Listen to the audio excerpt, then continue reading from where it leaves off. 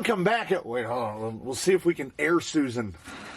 Welcome back, everybody. Welcome back to the King. Oh, she's a little growly, but top form up in the air. Princess Susan. Welcome back to a beautiful disaster in which I came from the workbench, Vol.26. I was struck with the inspiration to remove all of the pieces from a particular manufacturer, because following the Wheel on Wednesday in which Blue Sky High and Rattlecat faced off head-to-head, and it looked like Rattlecat had the advantage at Mavericks and lost pretty soundly on Green Line. And I've been messing on Green Line, just grabbing a rig, throwing a battery in, running it. 32 is poor. I would say that the median score... Would it be the mean? The median or the mean? The average score is usually around in the low 20s. I'd say 21 to 25, somewhere in there, depending on it. You take a cut wrong and you have to use a reverse. Or if you're playing by what we call, it's not the hard rules.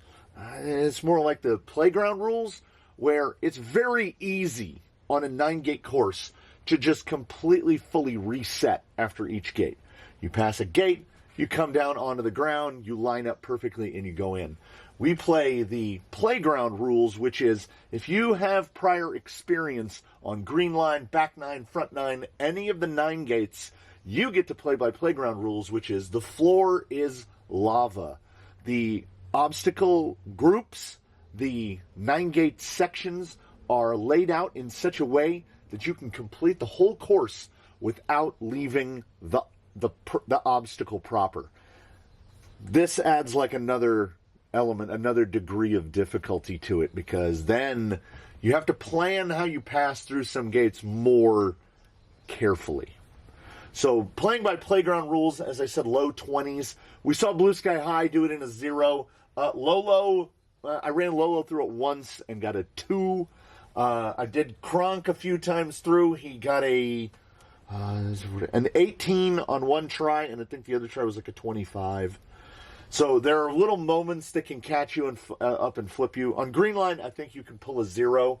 So a 32, despite it being his first time through, pretty much everybody else was scoring high teens, low 20s on first try. You know, you haven't learned the approaches yet.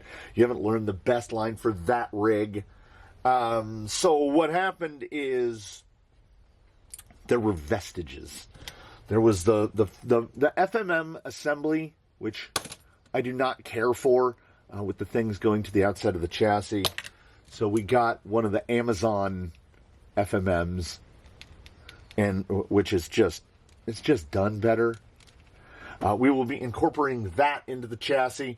We're going to try something a little here. We're going to try a little bit of it'll be this audio, but it'll be a very shaky video, because I want to get you down here low so that you can see. This is, I don't have a theory. I don't have suspension theory. I read up as much as I can on suspension layout, 4-link design, all that sorts of geometry. And what I get more often than not are, let's see if I can hold this in place here, are completely differing ideas and or philosophies. There we go. We can see the whole thing now. So a lot of things when we're talking about 1-1 stuff, when they talk about link geometry, I had always shot for about high 80s, between 80 and 90% being the differential between the length of the lower link and the length of the upper link. So the upper link is between 80 and 90% of the lower link. I have also read people who try not to exceed 70% of the length of the lower link for the upper link. Then you get into shock angle, pinion angle, all of that. So I don't do any of this by anything that could be confused with science. The Canyon is a stadium of pseudoscience in which what I'm doing is I'm laying this out. We've got an old chassis under the new chassis to try to space this out. So what am I trying to achieve? Links level. With the inner part of the link level. And then once that link is level, I'm just going to rock the axle until I can get what looks like a pinion, a good pinion angle for me. because this will be the pinion angle effectively at ride height, because our goal is to set up the suspension in such a way is that at ride height, the links are level with the chassis. So I've done mostly that. I mock up drive shafts, so these are his old drive shafts, and it looks like they're going to come out to where I will be able to use the drive shafts. We don't have quite as much engagement as I would like in the front, but there's less drive shaft. The drive shaft is less dynamic when the link lengths are closer together like they are now. So this is what I'm doing. He is sitting atop what will be one of his future chassis sides, and I would take the body, and I was just ghosting the body into position to try to see how much aluminum do I need forward, how much aluminum do I need aft. This is a 4x16 piece of 50-52 1/8" aluminum. This is what both chassis sides will be made out of. Chassis side 1 is basically the mock-up side. And by mock-up, I mean it's going to be his chassis side, but it's the side that gets all the measurements on it. The other piece, buried over here, does not get any of those mock-up marks. It doesn't need them. Because once I have the essential holes, which are the 2 holes for the chassis, I will be using some Zoku sliders. I think these are for base camp. They will see, because I can cheat and I can use the angle. This is a 6-degree kick on the skid, so we're doing something a little, it's borderline legal there. Then we will mock out, because of the angle, we can see the swing of where the front upper mount needs to go, right? So we've got that. And then we can do the same thing with the rear, and because this is a dig unit, it's going to be real close. So we're going to go for what, we're going to look a little bit Lolo. Lolo has got a fairly significant amount of link separation in the back, and Lolo is kind of what I'm going off of for inspiration now. So we're probably going to start up around here. We can always go to a little bit shorter in the rear. These are short rod ends, so it's going to be difficult to go any shorter without changing the rear upper link. So actually, before I make those marks, before I turn this into 3D, I'm going to check and see what do we have in the way of a slightly shorter upper link should I need to shorten it. Because realistically, that length, I think we're at or over 90%. These are just the links from one of those Amazon cheap link sets, the ones that I love, the high clearance links that are like $17 for the whole set with the rod ends. The rod ends are fair to decent, but you can pop the hollow balls out, and those are pretty nice. They're 7mm, but they are usable. So this is the stuff that I'm ordinarily doing. I'm ordinarily tearing all of this stuff apart. I'm doing this. I'm making a big mess on the bench. I will be reusing the mounts, the body mounts. They're just double-sided taped on there. We'll see if we can.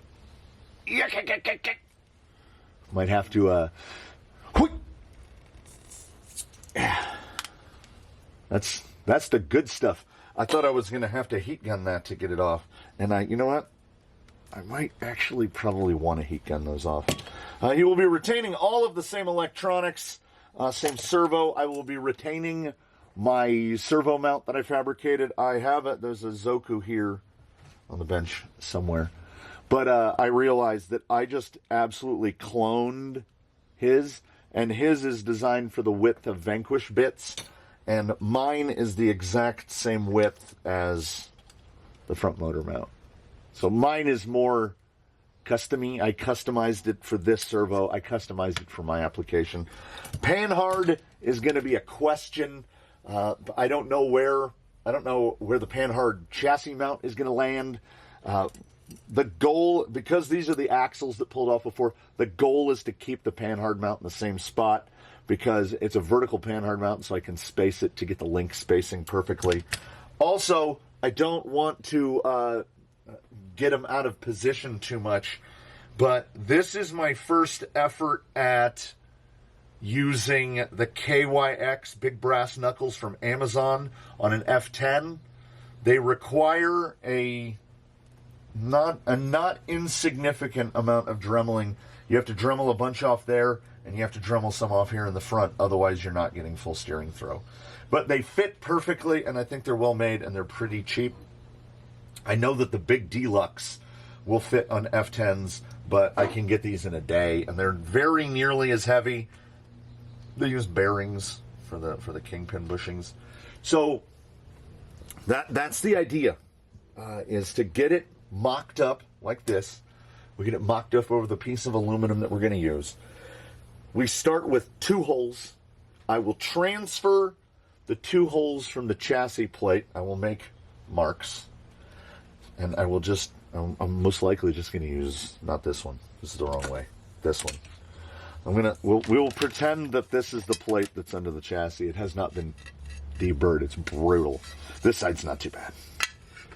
So I will line that up about where it is now, because I'm just kind of trying to split the difference on the length. We're basically trying to get the same amount of material behind the rear axle as we are in front of the front axle.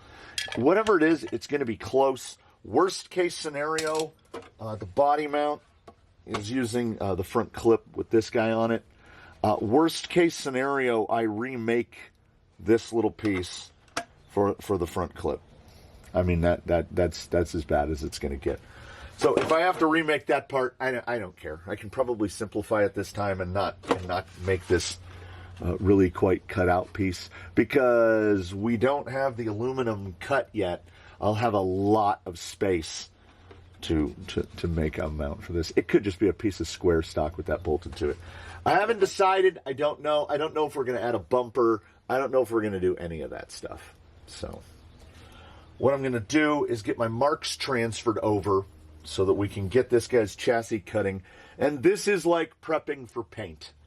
You're going to spend a lot of time doing this, because if you're like me, and God, I hope that you have more sanity held inside of you, you would make a pre-build. You would make a rough draft. You would make something akin to a template. My template exists. It hides inside the 125. Oh no, it's crossed out. It was written 50-52 on the other side. It's the cheap stuff. It's 50-52. 60-61 is like 50% more expensive, and this is not a high-load, high-stress application. It's not really gonna matter. As long as the chassis has a couple braces in it, you're not gonna bend a rail out of 50-52, not out of 1/8 inch.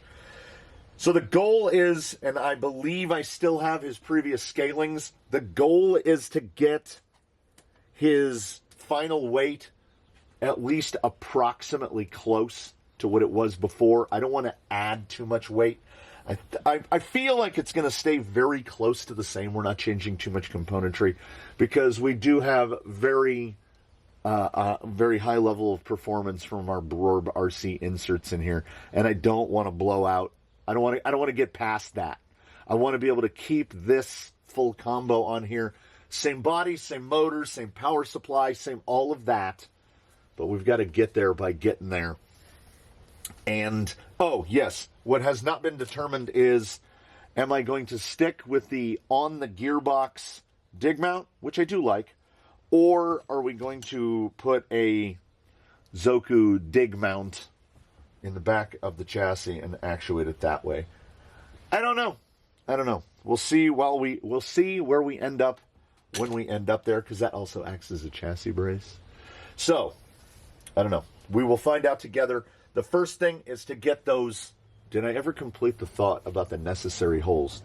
The 2 holes for the chassis, the rough starting position. We will grid out from the starting position. So I really would like that upper link to be about 10 millimeters shorter. We will dig bins. We'll see what we can find. And then the front, the same thing for the front upper link. There's also a question as of yet unanswered. We don't know. The way this motor mount is oriented, the chassis is going to have to be pretty carved up in the front, because I can't get the wire. I would love the wire to clock straight up through there, but it won't. We can get it straight out that way. We can get it down. We can get it off to the side.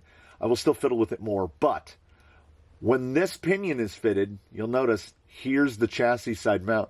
The motor is basically where the the chassis is going to be. So the chassis is going to have to be pretty carved up. It's going to have to, it's going to be very low-low. Low-low has a very swoopy, that high-low chassis is very swoopy. We're probably going to end up a lot more swoopy on this chassis than on this basically approximation of the, why is it escaping me? DSM. The DSM chassis for Ascent. So we're talking about an absolute, complete change of geometry. He will be the same vehicle in that he will be employing many of the components that he was before, but this is certainly a ship of Theseus where effectively none of the core geometry will remain at all. We will have something different. And we're hoping that blindly stumbling into it, we will be that blind squirrel who finds a nut, and that we will have something that works out well. It has, it has traditionally worked out well for us in the past. Sure, many vehicles are on chassis number nth, and Blue Sky High is one of those. He's got to be on his 4th or 5th chassis. He's been around. Came from the Workbench Volume 2, so he's been around for a while. So we're hoping that we've learned some stuff from that. I just looked at this. Is it shorter? That's way shorter. I need slightly shorter. I'm gonna dig bins. I'm gonna get holes marked. I'll see you again. So what we did was we did a little math. We made a lot of mess, and we kind of. I mean, what's the most democratic way of saying this? We omitted the parts showing a lot of how the sausage is made. Cutting a chassis rail, much like when I cut these, it's not an overly complicated process. The preparatory phase is boring. If somebody is truly interested in how I bodge my geometry, let me know. Okay. I can sum it up for you thusly. You will recall I had 2 large metal plates here. From that metal plate, I have made 2 of these. The more bonkers they look, the more comfortable I am with them. There is still, I feel like there's still material there that could come out, but we're getting into that gram phase now where it's not really worth it. These are tapped. These are through holes. These are tapped. These are tapped. And then obviously the stuff for the motor mount and the chassis mounted servo body mount, and then a little pin to pick it up by. These are also through holes as well. So I used, as was promised, the Zoku slider. So now that fits perfectly there. And what I did is I got those necessary holes placed as I said I would. These 2, I think it was this one right here. That's kind of like my starting point. It might have been that one. We'll see how it sets up the pinion angle. One of these shock holes, those were the 3 that I used to bolt the 2 halves together, which will give you the 2 identical halves. And then what I do is I get the axle in place. I attach a shock to it. You'll see this one has 1 shock attached, and this one has 1 shock attached. And I will just angle the shock in such a way as I feel it's sitting someplace organically. I know that I have the links level. Links level should be roughly halfway through the suspension travel, roughly. The rear shocks are Traxxas TRX4, what do they call them? Long travel, long arm, whatever they call them. They are 110 millimeters, fully extended. The front shocks are Axial 10 Pros. Those are 94, I want to say 94 millimeters fully extended. These collapse to 77, these collapse to 70. I divide that by half. I ended up with 94 and, I want to say 94 and 82. So what I did was then I took a straight edge and I went from the lower shock mount to the upper shock mount, and I made a mark on that line at 92 millimeters in the rear and 84 millimeters in the front. And then I just grid out holes from there. I want to say the front hole is that one and the rear hole is that one. So I can lay it down a little more. I can draw it down a little bit. I can go, 12 shock holes tends to usually be about enough. We went a little ham here. What did I even get? For 11 and 9 in the front. Nice square of 9. Because we're just trying to adjust caster. Really, you're going to set your pinion angle via the front upper, and you have a little bit of adjustment of caster, F10s, so we have a little bit of control over caster. Not what we would on an Element Axle or an AR-44, something like that. So these are the mounts for the servo. That is a hole that doesn't go to anything. Shh, don't tell anybody. I didn't jump back far enough, so the FMM was touching. There's a notch in the back of this from where this used to sit about like that. It was pressed all the way against it. So these holes right here are Imperial. Everything else, the spacing is metric. This is half inch, and then I did the. Ooh, my stomach just did a full Perry the Platypus. When I want to copy this, when I want to transfer it, I do it in the lowest tech way possible I can think of. I put a piece of paper over it and I rub it with a pencil, and then it gives you 2 white spots. And I transfer those to these, and we're all going to find out together whether or not they line up. You can hope either way, and we will see where we end up. I had just taken the chassis apart. My discovery of using the... I'm just going to dig around in this pile for some 1.5s. Okay, there's it. Let's get all the drivers out of the pile. We can get rid of these scissors too, so we don't stab ourselves. I had just taken this apart, and discovering that using the little long grub screws, I use like 6 M3x6 set screws to hold the halves together. It genuinely expedites chassis building because I don't have to pull the screws out and flip them over to do the other side. I used to use just some regular cap heads. Nope. I couldn't remember if those were going to be 10s or 8s, and they are definitely 8s. The 10 almost touches the spur gear. We were previously running a 52. We are now running a 58 because I just didn't want to. It was difficult enough. That's also a 10. It was difficult enough to find a slipper pad that would fit on this top shaft. I'm starting to run out of them because everything nowadays is coming with a slipper eliminator, and I try to avoid it when possible, eliminating the slipper, because I view the slipper as a last line of defense. You want it basically almost fully locked out, but you want it to where that gear is going to slip. I'm pretty sure I got this down as low as I possibly could.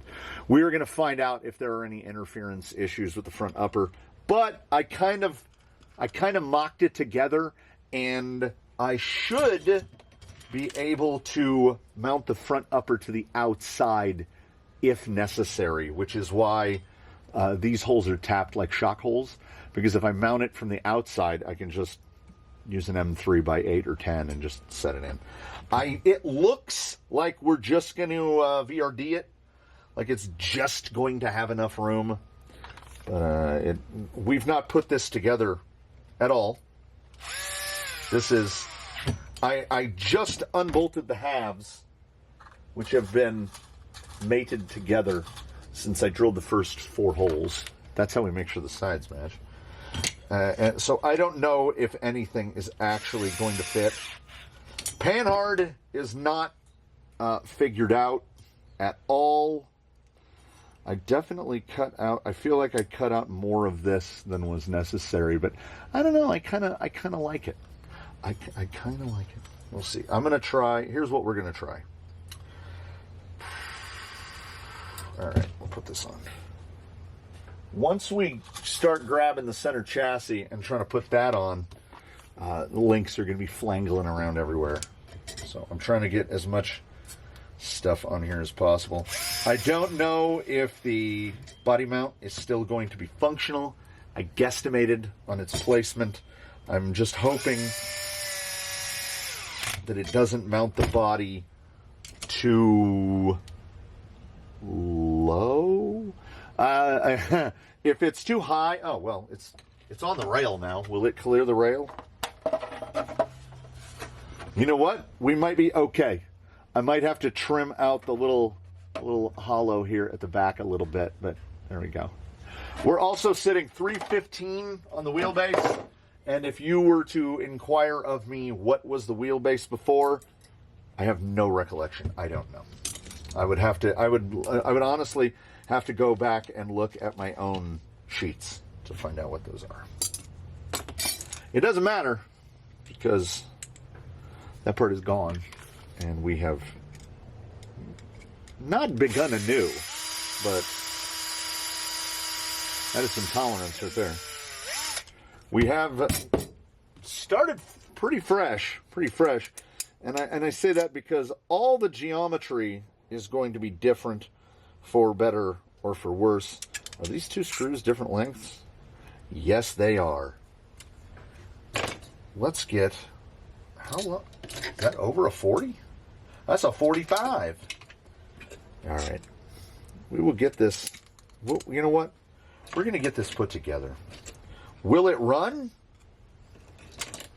I don't know.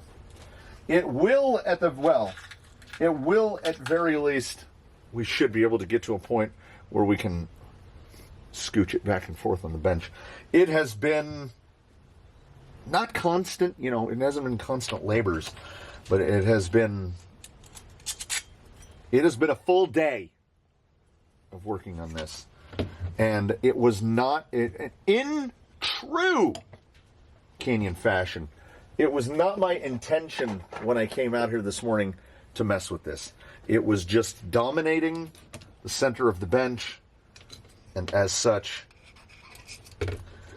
as we would say, here we are. So we're going to get it together. Will we get it functional? Like I say, I can make no promises because I don't. Oh, I'm having some disquiet inside my body. I don't know if the drive shafts are going to fit.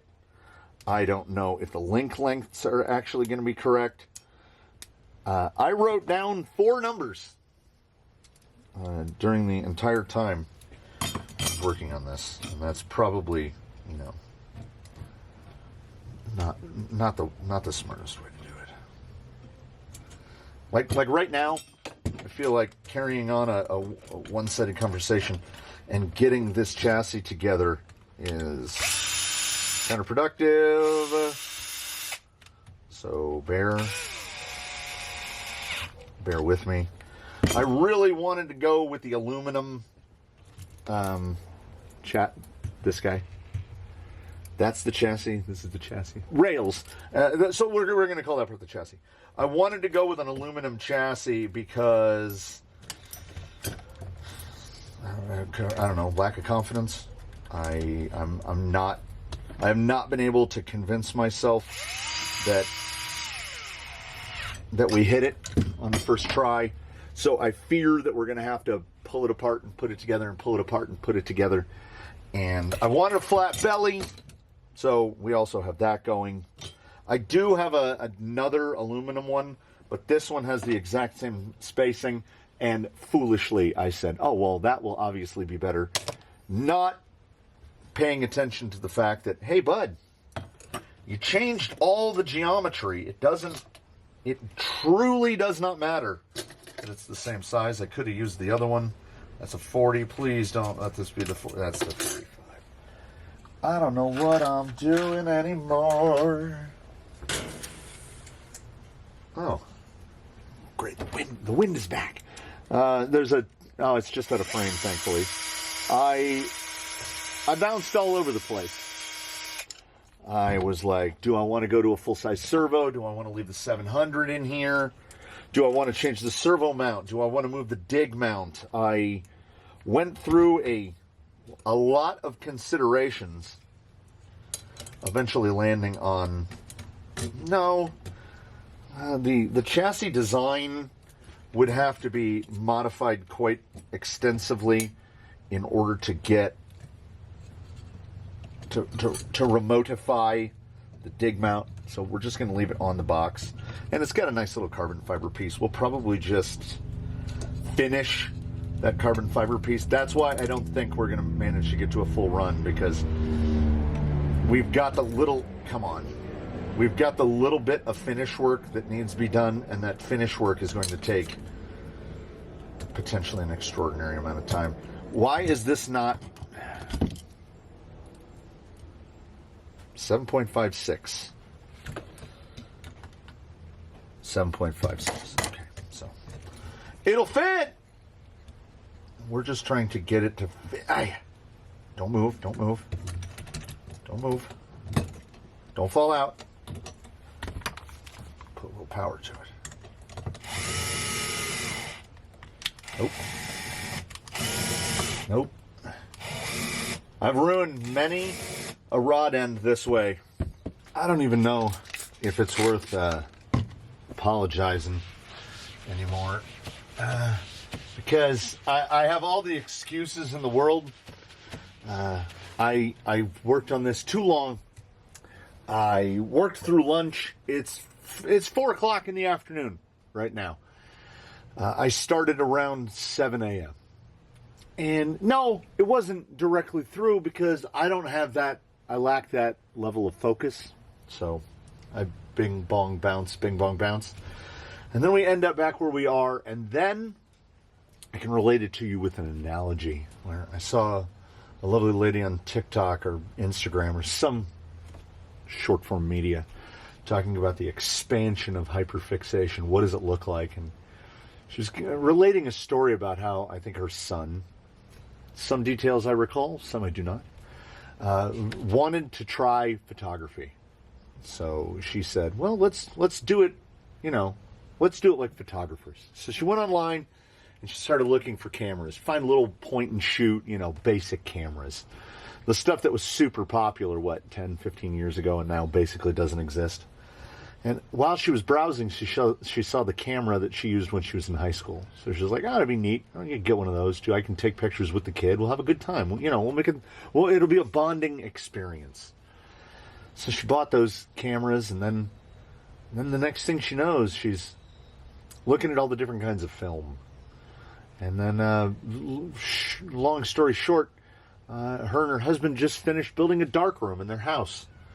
And, through my whole life, I never considered anything that I was doing or anything that I got involved in. I didn't consider it a fixation, And then I walk into my backyard and I reconsider my definition of a fixation. So we had a pocket, like a pocket dimension, we had a pocket hyperfixation today, which was, it doesn't need to be finished, it just needs to be done. And I got to a point where I should have at least stopped and eaten lunch. I said I was going to be inside at a particular hour, and that was hours ago. So I just kept going, because it doesn't need to be finished, it just needs to be done. And we get to where, basically, we're right back where we started. I don't know if I can get the cut to length short enough to get on there. That boy is short, like 50 millimeters. So this is a slash drive shaft cut down as short as I could get it to fit. I got the motor so low, we're almost Vanquish low, that at full, we're fine. Does it even show the light? There is a fraction of a millimeter between this lower link and there. Now, it's a high clearance, so I can turn it onto its side if need be. We got panhard and drag link resorted. They're not perfect, but they are very close. We have, if there's axle swing, it is less than 2 millimeters. We might have a millimeter of axle swing. It's not even perceptible to me. The suspension in the position that we are at now, I was just kind of trying to set axles level. Look how short he looks. And we're not even using all the shock, and we are going to have an apocalyptic amount of flex in the back. So luckily, this is a 110. The bottom row will fit 90s, I think, or 100s. We do have some 100s. I speculate that the spring rates are going to be completely wrong. I have no idea. I'll test fit that body after we get wheels on it.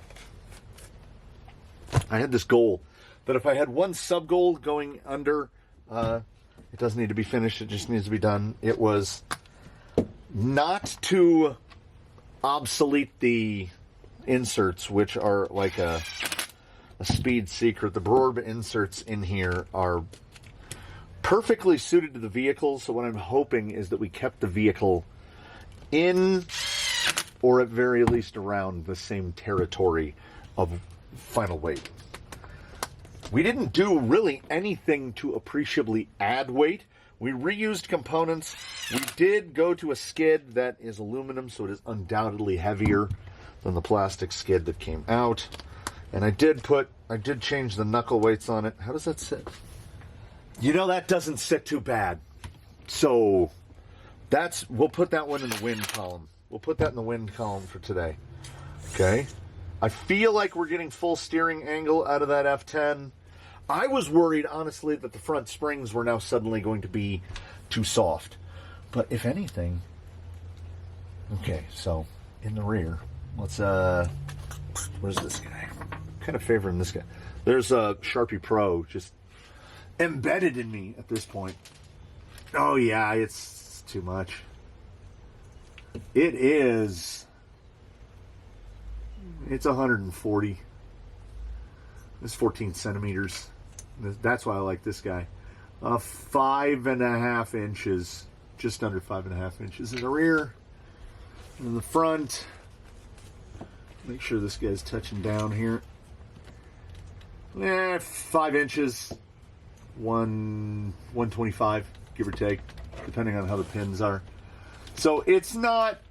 Actually, it's not as excessive as I thought it was going to be. Can you do the thing? Yeah, you can do the thing. The body doesn't really add much weight at all. So, well, okay. I'm not going to put power to it with the body on it, but we might as well see if I guessed correctly on the fitment of the body. Does it fit over these guys?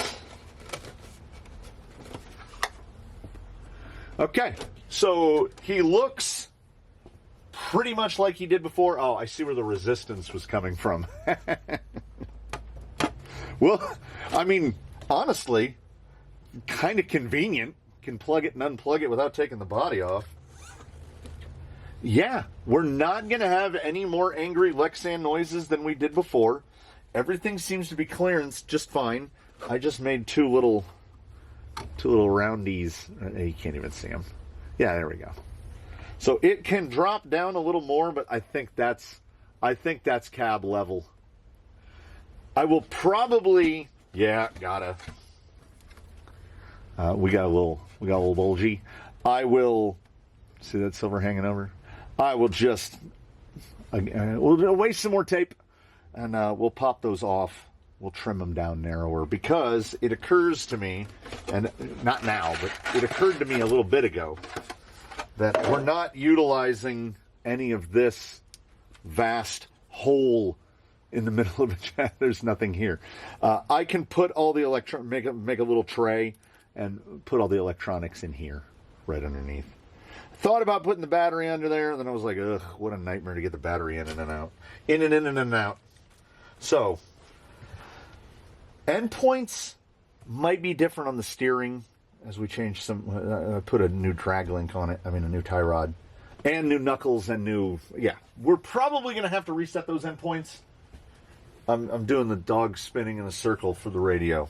It was in his garage. That's, where it should be.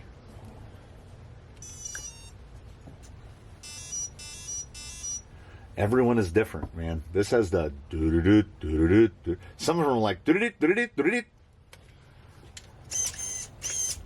Yeah. Okay. We'll go ahead and take care of that now. Woof.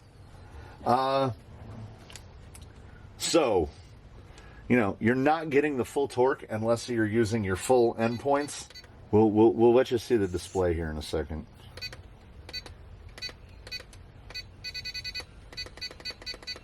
I'm just watching the chassis. Yeah. That all the way? Yeah, that looks all the way. Does that look all the way? Yeah, it looks all the way. I look like I'm getting more steering angle to one side or the other. And it is, of course, the way the universe works. Let's exit. Yeah. 50% throw to one side and 45% throw to the other. The side that is dialed to 45% is the one that feels like it has more throw. So, I don't know. We should have the nice slow poke to it. Oh, well, let's let technology do it.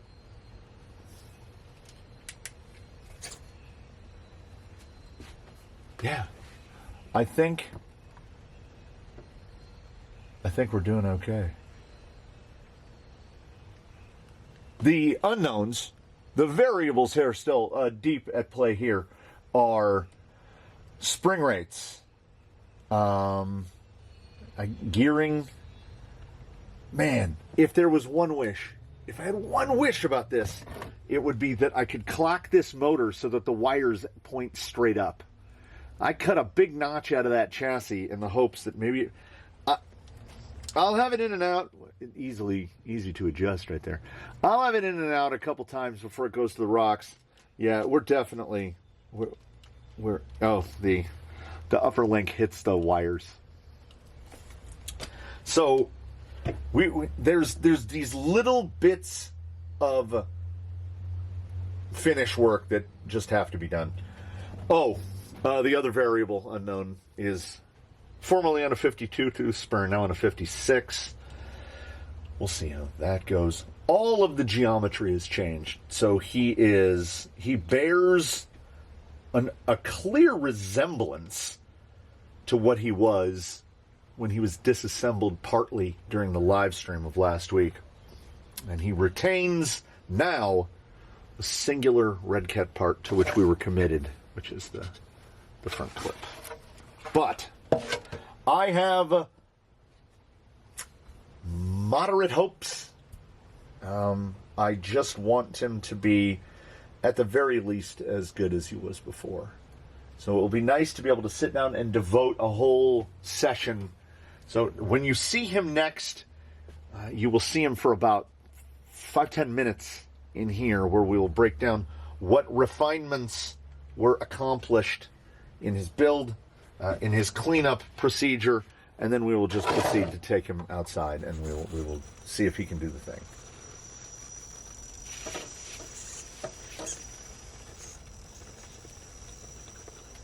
I mean, it would at very least appear that he's going to be able to do the thing. We agree? Like, things seem at least trending toward the positive. I hope the tires and inserts are still the hot ticket. I hope that we still have that feel. And here in closing, in the inevitable, where we have finally arrived with so little shown and so much done, as is our way. I think he is probably the Rattler. There's no cat left. There's just the rattle. There's only the rattle. It is now full canyon geometry. The chassis built specifically for 100 fronts and 110 rears. 90s would be a little short in the front, so this guy, or 100, because we're second row all the way up, so 100 to be right there. He could run hundreds, but built for hundreds, and I'm cautiously optimistic. And while I thank you so much for watching, I do invite you to please comment below with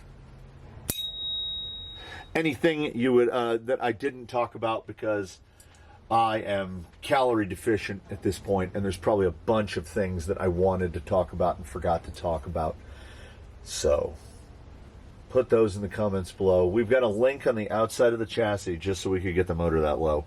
The motor should honestly probably be about 2 millimeters higher than it is now, but I got into this thing. I'm not saying it's part of a fixation, but those holes are all in a perfect straight line. Oh, yeah, I mean, I guess. We're Midwesting this full on. It's 315. I think that's where it was sitting. 315 on the wheelbase. Susan will pop in here to help us out a little bit. Skipping lunch was one of the worst ideas that I've had in recent memory. I was like, not really feeling that hungry. There's no need to close it up and head inside. I should have closed it up and headed inside. The Rattler, 25 hundo. He's $24.99, but let's come on, let's margin of error that. 2,500 Freedom units. 5.5. Everything is 5x5. 5.5 pounds of RTR in his standard let's get her done configuration. I am absolutely fine with that. 100%. 100%. And it's like, it was 5.50, so it's 5.5 pounds. He should need no weight added nor weight removed. I think he's going to be better. I'll venture that far into the realm of optimism that he's going to outdo what he do the last time we were out on the rocks. The rocks will tell us. Again, I bounce back to thanking you all for stopping by. Any sort of fabrication questions? I'm genuinely thinking about devoting like one of the live streams to fabrication questions, but I don't know how many people actually have fabrication questions. So that will be up, hopefully in a poll. We'll see if we can accomplish that. All right. Thanks, everybody. This was too long. It was too long. 9 hours of doing this in one sitting is too much. So I look forward to seeing you in the next one. The next one of this, the next one of whatever. Thank you so much for dropping by the canyon. We'll see you next time. I'm working towards. I'm trying to be better. I'm working towards showing more and telling and just instead of an after incident report. But I was in the weeds, guys. Deep in the weeds. We made a flexy boy. Next time out, I promise, you'll see how he does.